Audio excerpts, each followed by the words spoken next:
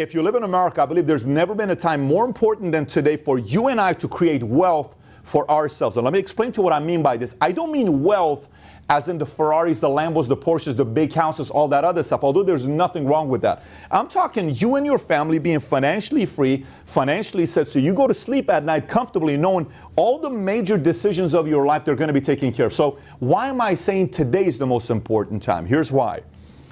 America today has $20 trillion of national debt.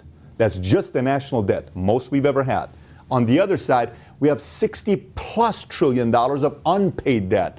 Medicaid, Medicare, Social Security. We have to pay that. And by the way, the only way the government is able to pay those two things is by you and I, our taxpayer money. That's how it goes, which means taxes are eventually going to go up. Today in America, you roughly pay 50 cents per dollar you make. You make 100 grand, you keep 50 cents goes to the government, you keep the other half.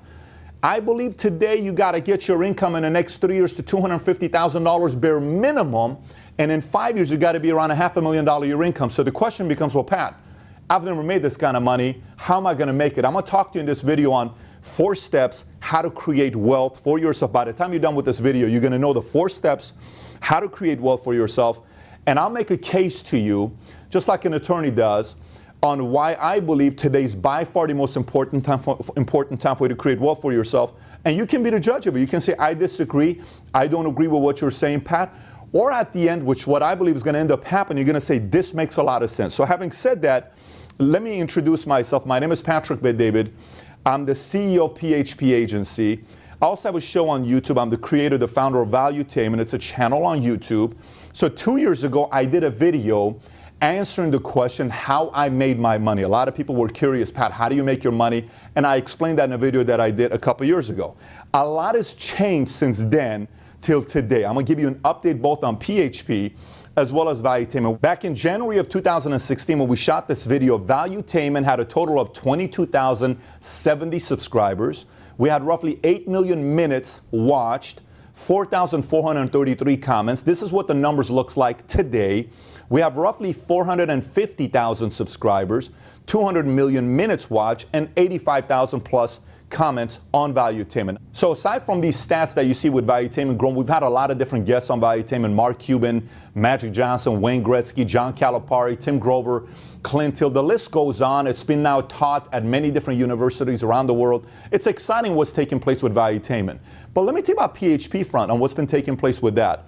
PHP, when I did the video 2 years ago, we had roughly 2,000 plus licensed agents. Today we have 5,000. We're in 49 different states. And recently, Oscar De La Hoya, the famous boxer, Gabriel Brenner, who is the first Mexican-born professional sports owner in America, very, very successful businessman, as well as Greg Sharon and Atalaya Group, have invested $10 million into PHP, which you can find out about on Crunchbase. Last but not least, one of the things we're very proud of with PHP Agency is the fact that our top-line revenue has beaten the prior top-line revenue 10 quarters in a row, which is something we're very excited about. But having said that, all these successes, I want to take a moment and tell you something that's bothering me today. I have family, have kids, and this is really bothering me. You know, recently I went on a 6 or 7 week tour, and I went and spoke in front of 28 different cities in America. Thousands of people showed up, and it was a good time, but at the same time, it was good for me to kind of see the heartbeat of where America's at today. Let me explain to you what I mean by this.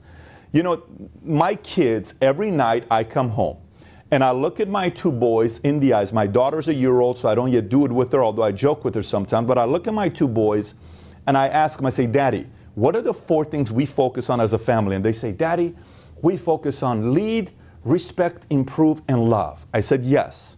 I said, how about the other 2 things? Do we bully people? No. Do we get bullied? No. The part that bothers me today is I think the American people are being bullied today. And let me tell you by who. I think they're being bullied by the media today. And when I say media, I'm not talking Fox, I'm not talking CNN, MSNBC, I'm talking all of media. Because if there's one thing you need to know about media, media makes money based on 3 C-letter words: change, conflict, and controversy. They don't make money off good news. They make money off of bad news. Why? If you ask yourself, human nature, we have a tendency of sharing bad news, bad experiences more than good news. So media knows this. So they know how to dance with us and kind of make us spread news so they can get more platform and make money. Let me explain what I mean by this. during the last couple months. Tell me if any of these issues that I'm about to share with you, you've heard the TV, radio, newspaper, magazines talk about, and I want you to think about how many times you've heard it. Listen to this. Weinstein, okay?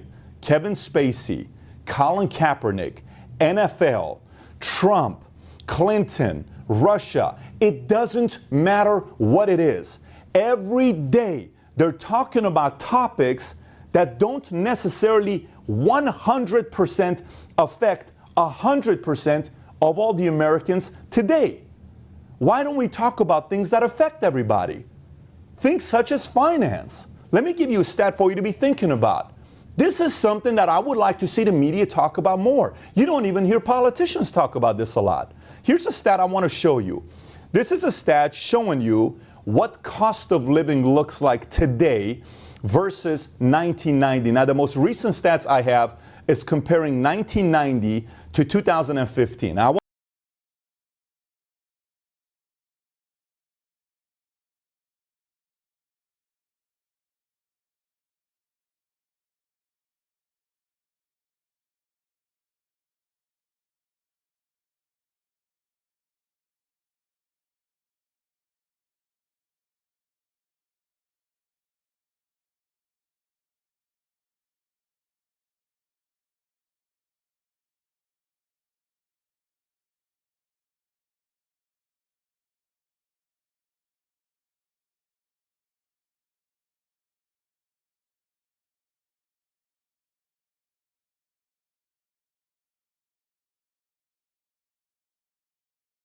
cost of raising a child, 1990, $120,000 from 0 to 18. Today, $245,000. New car was $9,432. Today, $33,560, nearly 4x. Now let's look at the most important one here. So all these stats are okay, meaning it's okay if tuition tripled, it's okay if car prices quadrupled, as long as our income also tripled, right, or quadrupled. But let's look at what our income looks like. Median income in 1990, $52,689. Median income in 2015, $55,775. Let me get this straight. 25 years. Everything we buy has doubled or tripled, but our income has only gone up 6%. You tell me how this makes any sense. No wonder so many people in America are in debt, and no one on the media is talking about it. We have all these distractions. Russia, Trump, Hillary, Kaepernick, NFL, Weinstein, Spacey. How about we talk about something that affects us? Let me tell you why this bothers me. Here's why it bothers me. I grew up in a family, my mother and my dad loved each other. There's a reason why they got married. But they got a divorce. You know why they got a divorce? They had no idea how money worked. My parents have never owned a mutual fund before. I was born and raised in Iran, lived there for 10 years. We escaped 6 weeks after Khomeini died. I think he died June 3rd of 89. We went to Germany as a Christian family. I lived at a refugee camp for nearly 2 years. Then we came to the States. While we were in Germany, my parents got a divorce. I grew up with a mother, sister. I saw my dad once or every other week. Money was an issue. They argued over money over and over and over again. I joined the Army. I had a regular job before joining the Army for Burger King, Bob's Big Boy, Haagen-Dazs. I drove a 1979 Honda Accord that only went to drive. It didn't go reverse. We bought it for $500. I didn't grow up with money. I was a welfare kid. I went to regular school. I was a regular average kid who joined the Army because they told me the only route that you can save yourself is joining the Army.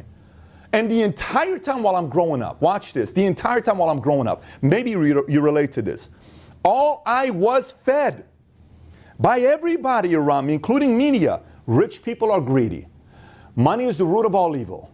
Money is this. Rich people are that. They're selfish. They're this. And eventually one day I had a conversation with my mom. I said, Mom, if rich people are so bad and money is so bad, why is it that that's the only thing you guys argue about and talk about? I'm sick of it. If it's so bad, why do you talk about it so much? Why? I love you, I love my dad, I love my family. Why does this keep happening? And I saw with all my friends. And I said, I'm sorry, I'm sick and tired of buying all these lies. I'm not going to let the media do that to my family. I'm not. And I'm going to make sure anybody that touches me or talks to me, they're going to feel this. You don't have to agree with it, but you're going to feel this. And by the way, I want you to think about it. Your last 10 arguments you had with your spouse, your mom, your dad, your boyfriend, girlfriend, what were they about? What were they about? I don't know you. We don't know each other. What were your last 10 arguments about? Some tells me it was about money. Some tells me it was frustrating. So are all rich people that bad? Because all we hear about is the bad thing rich people do. But I know a lot of poor people that are not doing good things. So if I have to choose between both of them, I tell you what, I've been poor, I've been middle class, I've been upper class, and I've been wealthy. And I've experienced all four of them. And I've seen good and bad in all of them. And what I've learned about money is money simply makes you more of what you are today. If you're giving today, you're going to give when you're making millions. Simple. If you're a bad person today, you're going to be a rich, bad person. That's how simple it is. So if you consider yourself a good person, you're watching this, you think you'll be better for America or better for society if you had an additional $1 million or $5 million or $10 million? You think you would do good? I think you would do good. So how about we talk about 4 steps on creating wealth for yourself? Let me tell you about step number 1. When I was working at Bally's years ago, before LA Fitness used to be Bally's, and I started selling memberships. And when I was selling memberships, I learned something very quickly. My friends were graduating from USC, UCLA, and they were getting a $40,000 a year salary after going to school, after spending $150 grand on college. And I'm working at Bally's, and I had made $5,000 in a month. And I said, wait a minute. My friends spent $150,000 to go to college. I don't have a degree, and I just made $5,000 in a month. Maybe the most important skill set to make money in America is sales. And by the way, step number 1 to creating wealth is learning how to sell. Before you hang the video and change it and go to another video, hear me out and be able to disagree with me and say, Pat, I don't agree with you. Hear me out here. In every single family, there's political matters. Yes? You probably had some political matters. When somebody dies, who's going to get this? Who's going to get that? There's always political matters. You know who typically wins? The one who knows how to sell. You know who typically dates and marries that beautiful girl that every guy wanted to be with? The guy that knows how to sell. That's simple. You know, at your job, have you ever had anybody that got a promotion over you that wasn't qualified, but they got it over you? You know why? Because they know how to sell. And you don't know how to sell. And if you don't know how to sell, your salary's at 58, she's at 79. You think it's important you learn how to sell. Maybe it's important learning how to sell. Let me give you some stats here about sales. When you look at sales, the average salary, 2016 median income for a sales manager in America was $117,960. That's $56 an hour. Did you know 46% of salespeople never intended to become a salesperson, but they're glad they did? See, that's exactly what happened to me. I had never sold. I was a Hummer mechanic in the Army. I was a bodybuilder, and then all of a sudden I got into it. I said, you got to be kidding me. This is amazing. So step number 1 was getting into sales. What's step number 2 for creating wealth? Very simple. I want you to think about yourself, the wealthiest person you know. I'm not talking Buffett, Bezos, or Gates. I'm talking the wealthiest person you know. Who is that person, right? Can you think about that person? That person you're thinking about today, are they an employee or an entrepreneur? You probably said entrepreneur. If they're an entrepreneur, what makes you think you're going to be wealthy being an employee? Truly. What makes you think you're going to become wealthy being an employee? It's not going to happen. See, the biggest benefit America offers is if America was a company and they had a benefits program, the biggest benefit America offers is this system called capitalism that allows you and I to be entrepreneurs and build a business and make the kind of money you want to make, and no one's going to say, that's not a good thing. But the key is entrepreneurship. This is why America's got 41 million people living here as immigrants, while number 2 is Russia at 11 million. Why do we lead in immigration? No one comes to America for Section 8. No one comes to America for Affordable Health Care Act. No one comes to America for Social Security. Everybody comes to America for freedom of being able to live the American dream. What is the American dream? American dream equals entrepreneurship. Are you taking advantage of that big benefit that they offer in America? They offer this in America. By the way, you ever hear the same when people say, you know, all rich people are rich because they inherited their money? Really? Really? Is that really the case? Or is that another excuse because somebody doesn't want to go out there and do the work to make their money? Because according to Fidelity, 86% of millionaires in America are self-made. 86% of Americans are self-made. What does that tell you? That means only 14% of people got their money from their parents. The 86% that made their money, they made their own money. You can make your own money as well. It is not that difficult today in America to become a millionaire. It is not. It used to be. It's no longer that difficult, right? So number 2 is entrepreneurship. Let's look at number 3. So once I realized sales and entrepreneurship was the way to go, the other question I had to answer is, what industry do I not get involved with? Do I do real estate? Do I go into pharmaceutical sales? Do I go out there and do nutrition? What do I do? And I started noticing, maybe you have experienced this before. Do you have anybody in your life that maybe you graduated the same time as they did? Maybe it's a cousin or a friend. You graduated from high school same time, you guys got the same degree, or you didn't get a degree. And both of you work the same amount of hours, 40 or 60 hours a week, and you consider yourself a hardworking person. You work 60 hours a week, the other person works 65 years, 10 years later, she's making $300,000 a year, you're making $72,000 a year. And you ask the question, why is that? I realized the reason for that is positioning with the industry you're a part of. So the industry I chose to be a part of was the financial industry. This is why I chose the financial industry. I told myself, if I'm going to get involved in any industry, why not get involved in the industry where at least I can learn on exactly how money works? I remember reading a book that said the difference between rich people and poor people is rich people want to learn about how money works and they learn their secrets of money. Poor people would rather spend their money on parties and they don't learn how money works. So I looked at it and I said, wait a minute, I have the habits of somebody that's poor and middle class. I need to learn how money works. Why not get involved in the industry? So that's how I chose, and I started working with Morgan Stanley Dean Witter a day before 9/11, and then from there I left and I was part of Transamerica for 7.5 years. And then we started PHP agency October of 2009 with 66 agents, which is now roughly over 5,000 licensed agents that we have in 49 states. But why the financial industry? This is what's taking place right now in America today. Which market needs our help? There are 4 generations that all have a different issue they're facing financially. The first one is millennials. 82 million babies that are considered millennials. Now these millennials, this is the biggest generation we've ever had in the history of America, 82 million, 20 to 34. Then we have the Gen X, which are 35 to 49 years old. Then you have the boomers, 50 to 68. Then you have seniors above 65 years old, roughly 40 million of them that we have. The one thing that boomers and seniors have in common is they generally have something in place financially. The reason why they do is because back in the days, we used to believe in something called door-to-door. So somebody would come and knock on a door for a baby boomer or a senior, and eventually, after they knocked on your door so many times and said, I'd like to show you about retirement and insurance, eventually the person would say, okay, come on in here. Then they'd sit down, they'd get an insurance policy in place, and they'd get a retirement plan in place. Because back in the days, we used to do door-to-door, and back in the days, we used to do phone call, cold calling, right? Nowadays, we have the do not call list, and nowadays if you knock on somebody's door, that could be considered trespass. And so the generation that was affected by that was Gen X's and millennials, because when's the last time, if you're watching this, you're a millennial or Gen X, when's the last time somebody knocked on your door to come and show you about money and how it works? It doesn't happen nowadays, right? When's the last time somebody cold called you and said, hey, I'd like to show you about your investments in insurance and annuities? No one's doing that today, right? So these generations have different challenges, but there's 200 million people in America that all need help with finances. The other thing to be thinking about is the following. I think both of us would agree that success of a business has a lot to do with timing. When you think about timing, this is one of the generations that you got to be looking at.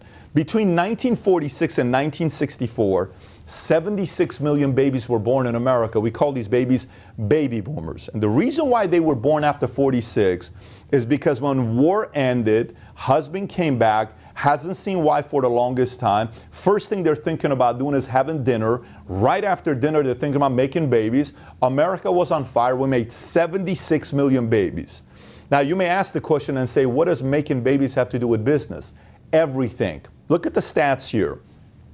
It's been said, if you can find out what boomers need next, what baby boomers need next, and if you can come out with a product that they need and you're at the beginning stages of it, you work hard, you can create wealth for yourself. Let's look at this timeline together here. Let's say today's 1946, and you and I know that in the next 18 years, 76 million babies are going to be born. If you and I knew that, what are some products we could come out with that newborn babies need? Think about it. If you said baby food and toys, you're right.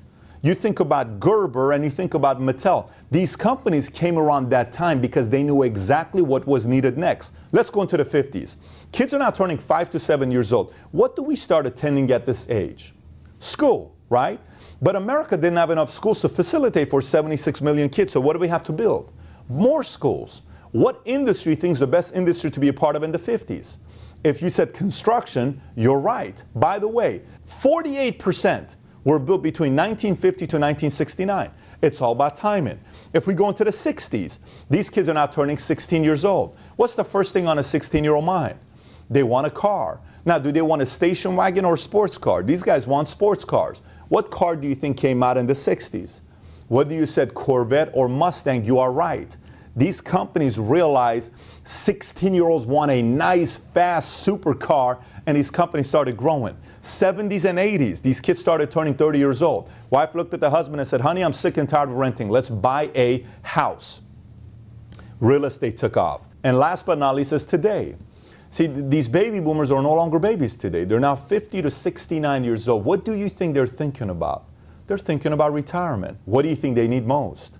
They need help with financial advice on what to do with their retirement. You see, Boston College recently said that there's roughly going to be $41 trillion. Let me say it again.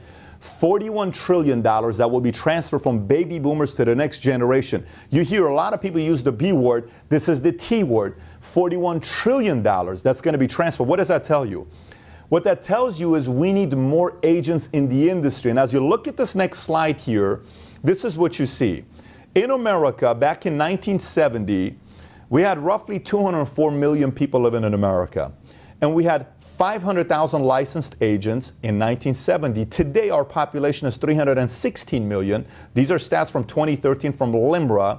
And we have 149,000 licensed agents. Isn't that interesting how the population has increased, but the number of agents has decreased? Let me explain to you what this means. Supply and demand never lies. The demand for financial services needs is the highest it's ever been. Today, 41% of adults have no life insurance. That's 95 million adults. Yet we only have 149,000 licensed agents that are selling insurance and retirement products. We believe this 149,000 licensed agents is going to get to 1 million licensed agents by 2029.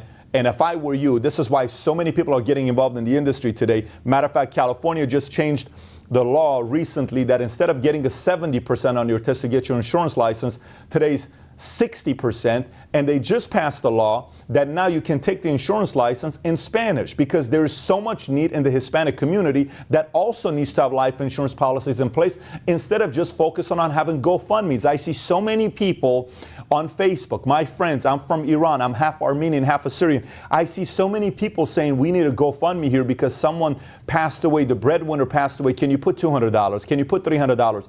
So many multicultural communities also have a need for life insurance. This is one way for you to serve your community as well. So let's recap the first 3 steps to creating wealth. Number 1 is sales. Number 2 is entrepreneurship. Number 3 is industry. Number 4 is choosing the right platform. I believe the best platform you can get involved with today in the financial industry, the insurance industry, is PHP agency. This is why I believe we are by far the best platform to be a part of. Now keep in mind, there's a lot of great competitors out there. We have a lot of respect.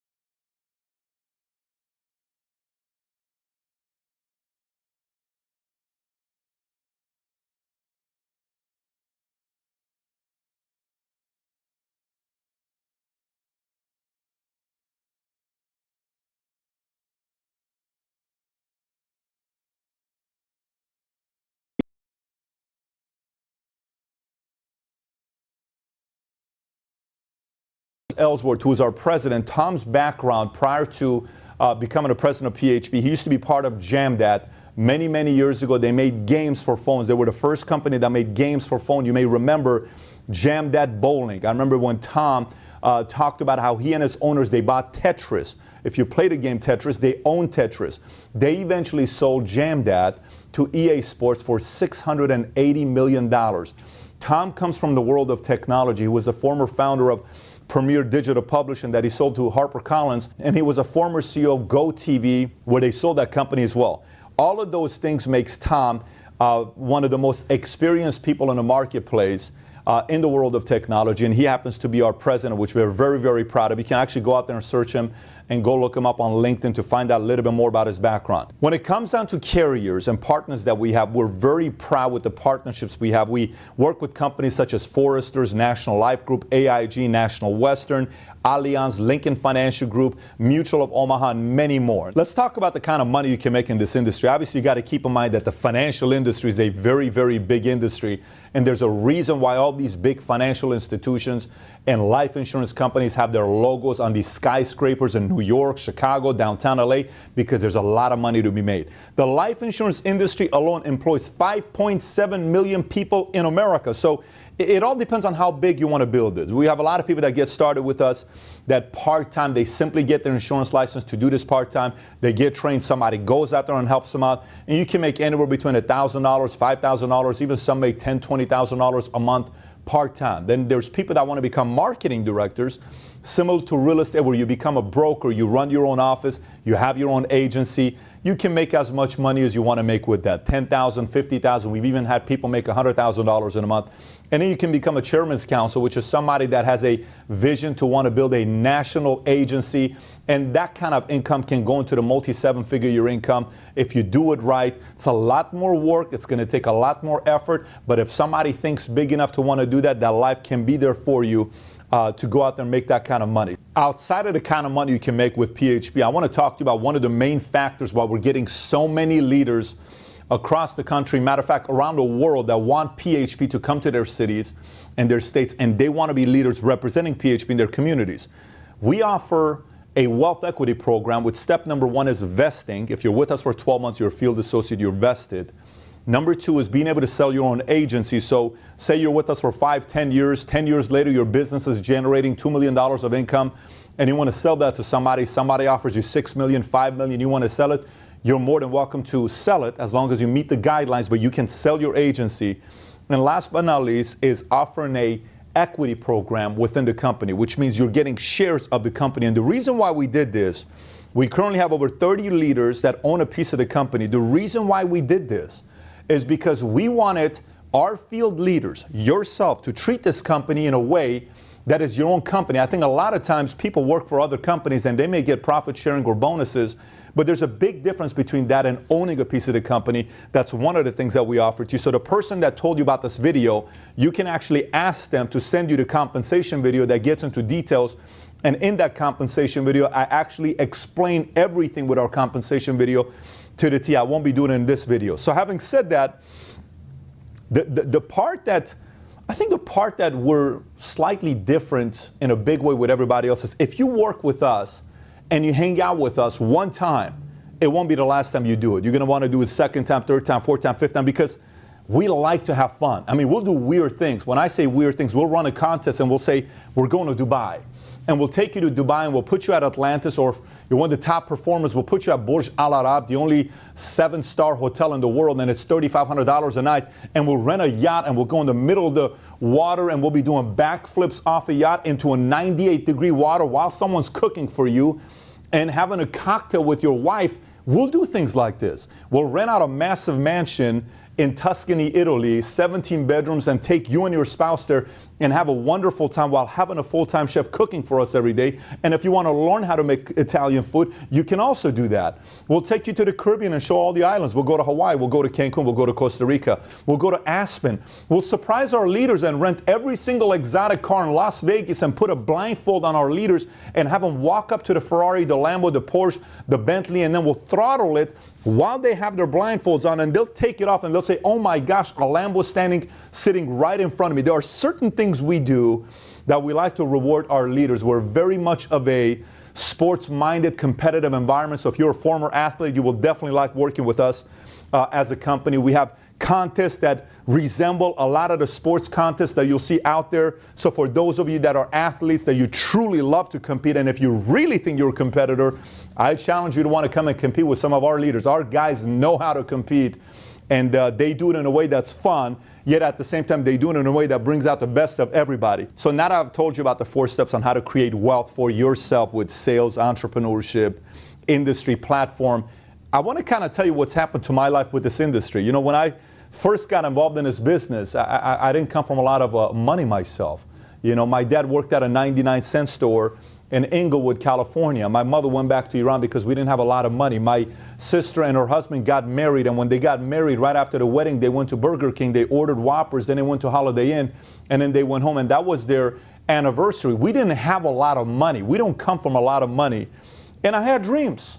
You know, I had dreams. There's certain things I wanted to experience. I had a chance to have all the exotics. I've had the Lamborghini Aventador. I've had the Ferrari 458. I've had the BMW i8, the 7 Series, the Range Rover, the Rolls-Royce Dawn, the big 10,000 square foot house, the big parties to put together. All of those things I've experienced. And by the way, there's nothing wrong with that. I like baseball cards. I want a Babe Ruth card that's worth $150,000. I like Ted Williams rookie card, Mickey Mantle rookie card. These are things that I like. These are things that as a kid growing up, I would tell myself, I would love to one day have a Mickey card. I would love to one day have a Babe Ruth card. It mattered to me. It made me nothing to you. But I'm going to tell you, even though I've had dinner at the most wildest places with Prince Edward, with political people, with people that are very powerful billionaires, with people in Hollywood, these are great experiences that I've had. The thing that money's been able to do for me and my family that probably means the most is the following. I remember my dad had one of his heart attacks. My dad's had a lot of heart attacks in his life. He's had 13 heart attacks, 6 angiograms, 6 angioplastics, 3 stents in his heart. But this one heart attack he had that really changed me was at UCLA Medical Center. I went there and I walked upstairs and I saw how he was being treated. It was just regular. My dad had lost 20 or 30 pounds that time. And I look at the man who's been the most powerful man in my life, and he's weak. And it totally messed with my head. It bothered me in a major way. I got upset. My dad's trying to calm me. And I said, Dad, it's okay. I love you. I went in the car downstairs. I was driving a Ford Focus at that time. I sat in the car and I cried straight for 30 minutes. And let me tell you why I cried. I didn't cry because I was, you know, oh my gosh, my life is this. I cried because I was so annoyed and disappointed with myself that I'm able to walk, I'm able to talk, I'm able to see, hear, taste, feel, and I'm sitting here wasting my life while my dad is upstairs, could possibly die because he had this big heart attack, and I'm not doing anything about it. I was so disappointed with myself. I was so furious with myself. Went home, woke up the next day, and I was so determined after that night that I was gonna make this thing work for my dad, and he was never gonna be in a bed like that, and he was never gonna work at that 99-cent store ever again. Fast forward a few months after that, I got promoted to a marketing director position, a broker position. My dad was right there. We were at Queen Mary Ballroom when this happened. At that time, my current wife was also there, but she was in a different relationship. I was in a different relationship, and you know, she was there witnessing me walking across the stage. We did not know that 5.5 years later we were going to date, and then we were going to get married, and then we were going to have 3 kids together. And she's in tears. We were great friends, and my dad is there. My dad sees me walking across the stage, and the gentleman, he asked me a question. He said, so why'd you do this business? I said, I wanted to be able to retire my dad so my dad never had to work at this 99-cent store ever again. And I went in the car and I told my dad in front of everybody that night when we drove home, it was emotional, it was weird, very strange. A couple months later, I took him to Hawaii. He's been to Hawaii now 8 times. I've taken him all over the world. I've taken him to Laker games, surprised him while he sat right next to Kobe Bryant. And we've done so many random things. The last time my dad paid for dinner, movies, food, or anything for me was May of 2004.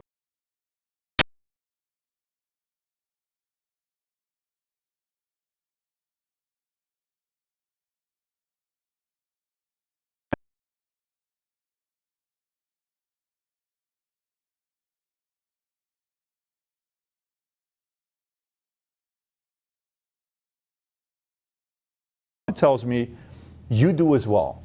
Some tells me you also want to be able to do those things for the people that you love the most.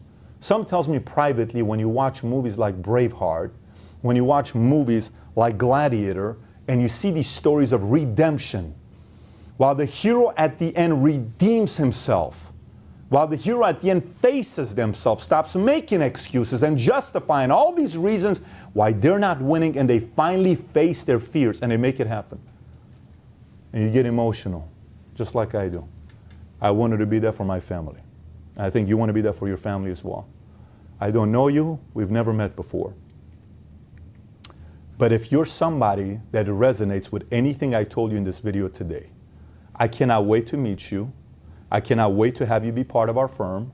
And if you're right now looking at this saying, you know, a lot of this stuff makes sense to me, maybe get back with the person that sent this video to you. Maybe if you want a second opinion, share this video with your husband, with your wife, with your boyfriend, girlfriend, mom, dad, and say, what do you think about this? Do you believe any of this stuff? Does any of this stuff make sense? Get a second opinion from somebody. Maybe they're going to tell you, honey, don't do anything with this company. That's okay. We're okay with that. But share it with somebody else to get another opinion about it. Whether you do or not, this is one thing I do know for a fact. Whether we do business together or not, I certainly hope that you realize what is taking place today in America, it is very important for you to become financially free. If you do choose to get involved in the financial industry, my hopes are that you make a decision to run with us here at PHP. So one of these days I get a chance to meet you and we can go out there together, do something that's never, ever been done before, and we're able to witness all of your dreams becoming a reality for the people that matter the most to you. With that being said, thank you so much for watching. Again, I cannot wait to meet you one of these days. Take care, everybody. Bye-bye.